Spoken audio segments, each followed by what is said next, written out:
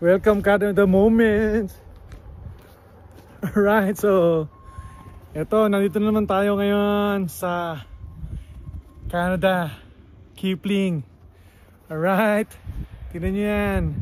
Today is a blessed day. Ay, baliktad pala. Share ko lang. So ano yan, ibig sabihin yan, I got my own driving license. Alright, this is ENG. At purihin ng Diyos sa kabutihan niya. At tayo ay finally makakapag-drive na rito. And ito na yung umpisa ng ating bayarin. Isa sa mga bayarin na syempre kailangan natin walang mga public bus dito, hindi tulad dyan sa Dubai. Alright, so maraming pwede kayong sasakyan dyan. RTA buses, ano pa, taxi, metro, diba? May mga car lift pa.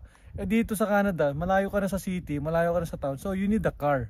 Diba? So isang bayarin yan. Pero huwag niyong pag-iintindihin yung mga ibang sinasabi ng mga ano dyan na maraming babayarin. Syempre, it's a necessity. You need that. Diba? So kailangan mong gumamit ng sasakyan. So you have to transportation. Nabubulol pa tuloy ako.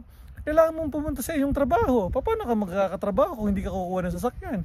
Paano ka susweldo kung wala ka sasakyan? Diba? So lahat yan ay kasama, parte ng buhay yan. Kaya huwag kayong maging negative. Alright? Yung mga nandiyan sa Canada, yung mga nandiyan ng mga ibang tao, huwag yung pag-iintindihin yan. It's a part of life. Alright? There's more than that. Okay? Yan ang aking payo sa inyo. Ayos ba?